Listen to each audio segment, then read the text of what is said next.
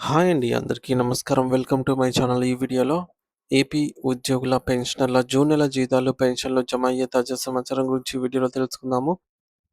Video అయితే ఎక్కడే గాని స్కిప్ చేయకుండా ఎండ్ వరకు చూసేయండి. అప్పుడు ఇన్ఫర్మేషన్ పూర్తిగా అర్థమవుతుంది. అలాగే వీడియో చూస్తున్న ప్రతి ఒక్కరు వీడియోకి లైక్ చేయండి ఫ్రెండ్స్. ఈ వీడియోని తోటి ఉద్యోగ పెన్షనర్ మిత్రులతో అయితే షేర్ చేయండి. కొత్తగా మన ఛానల్ చూస్తున్నవారు ఇంకా ఎవరైనా సబ్స్క్రైబ్ చేసుకోకపోతే వెంటనే మన ఛానల్‌ని సబ్స్క్రైబ్ చేసుకోండి. సబ్స్క్రైబ్ చేసుకోవడం వల్ల నేను చేసే ప్రతి ఒక్క వీడియో మీ వరకు రీచ్ అవుతుంది. ఇక ఆలస్యం చేయకుండా వివరాల్లోకైతే వెళ్ళిపోదాము. సో ఫ్రెండ్స్, ఇక విషయానికి వచ్చినట్లయితే ఈరోజు సాయంత్రం మరియు అర్ధరాత్రిలోపు ఉద్యోగుల మరియు పెన్షన్ల జీతాల బిల్లుల్ని తప్పనిసరిగా ఉన్నతాధికారుల నుండి అనుమతి పొందాల్సి ఉంది.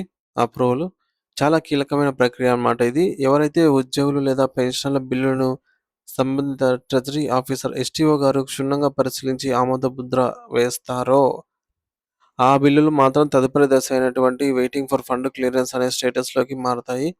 ఈ స్టేటస్ వచ్చింది అనంటే దాని అర్థం ఏమిటంటే మీ బిల్లుల్లో ఎటువంటి సాంకేతిక లోపాలు లేవని, కార్యాలయ పరంగా జరగాల్సిన అన్ని పనులు కూడా పూర్తయ్యాయని మరియు కేవలం ప్రభుత్వం నుండి నగదు మీ ఖాతాలోకి రావటమే తరువాయి అని అయితే మనం అర్థం చేసుకోవాలి. సో మరి ఇలా వెయిటింగ్ ఫర్ ఫండ్ క్లియరెన్స్ అని చూపిస్తున్న బిల్లులకు మాత్రం రేపు అంటే 1వ తేదీ ఉదయం నుంచి బ్యాంకు ఖాతాల్లో నగదు జమ అయ్యే ప్రక్రియ ప్రారంభం అవుతుంది. అయితే ఇక్కడ మనం గమనించాల్సిన ఒక ముఖ్యమైన విషయం ఏమిటంటే, క్షేత్రస్థాయిలో ఇంకా కొన్ని బిల్లులు ఈ దశకు అయితే చేరుకోలేదు. సో, మీరు మీ బిల్ నంబర్ ద్వారా స్టేటస్ చెక్ చేసినప్పుడు అక్కడ బిల్ నాట్ అప్రూవ్డ్ అని కనిపిస్తే అది ప్రమాదకరమైన సూచనగా భావించాలి. ఎందుకంటే ఎట్టి పరిస్థితుల్లోనూ ఈరోజు సాయంత్రం లేదా ఈరోజు అర్ధరాత్రిలోపు మీ బిల్లును ఎస్టీఓ గారు ఆమోదించి అది వెయిటింగ్ ఫర్ ఫండ్ క్లియరెన్స్‌లోకి మారకపోతే రేపు మీకు జీతం లేదా పెన్షన్ పడే అవకాశం అస్సలు ఉండదు. సో, గతంలో జరిగిన కొన్ని ఉదాహరణలను మనం ఇక్కడ గుర్తు చేసుకోవడం చాలా అవసరము.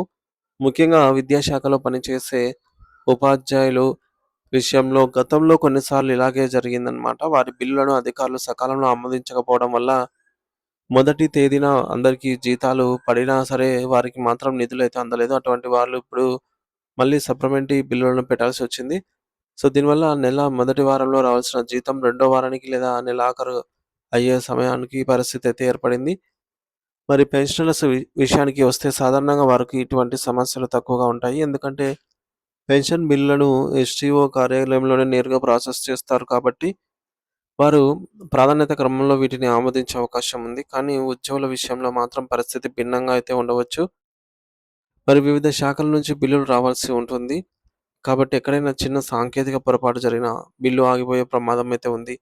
అందుకే ఉద్యోగులందరూ ఒక బాధ్యతగా తమ నిధి మొబైల్ యాప్ లేదా సీఎఫ్ఎంఎస్ పోర్టల్‌ను ఉపయోగించి తమ బిల్లుల పేమెంట్ పేస్లిప్ డౌన్‌లోడ్ చేసుకోవాలి. ఆ పేస్లిప్‌లో మీకు ఒక ప్రత్యేక బిల్ నంబర్ అనేది కనిపిస్తుంది. ఆ బిల్ నంబర్ తీసుకొని ఆన్‌లైన్ స్టేటస్ తనిఖీ చేయండి. ఒకవేళ అక్కడ స్టేటస్ గనుక ఇంకా బిల్ నాట్ అప్రూవ్డ్ అని చూపిస్తుంటే, మీరు ఏమాత్రం ఆలస్యం చేయకుండా వెంటనే మీ యొక్క డిపార్ట్‌మెంట్ డీడీఓని లేదా మీ ఉద్యోగ సంఘాల నాయకులను సంప్రదించాలి. వారి ద్వారా ట్రెజరీ కార్యాలయంలో మాట్లాడి ఈరోజు రాత్రి అర్ధరాత్రిలోపు మీ యొక్క బిల్లు ఆమోదం పొందేలాగా చర్యలు తీసుకోవటం చాలా ముఖ్యము. సో, మీరు ఈ చిన్న జాగ్రత్తను ఇప్పుడే తీసుకుంటే రేపు ఉదయాన్నే మీ ఫోన్‌కు జీతం జమ అయినట్టు మెసేజ్ వచ్చి చూసి సంతోషించవచ్చు. లేదంటే అనవసరమైన సాంకేతిక కారణాల వల్ల జీతం ఆలస్యం అయ్యే ఆర్థిక ఇబ్బంది పడాల్సొస్తుంది.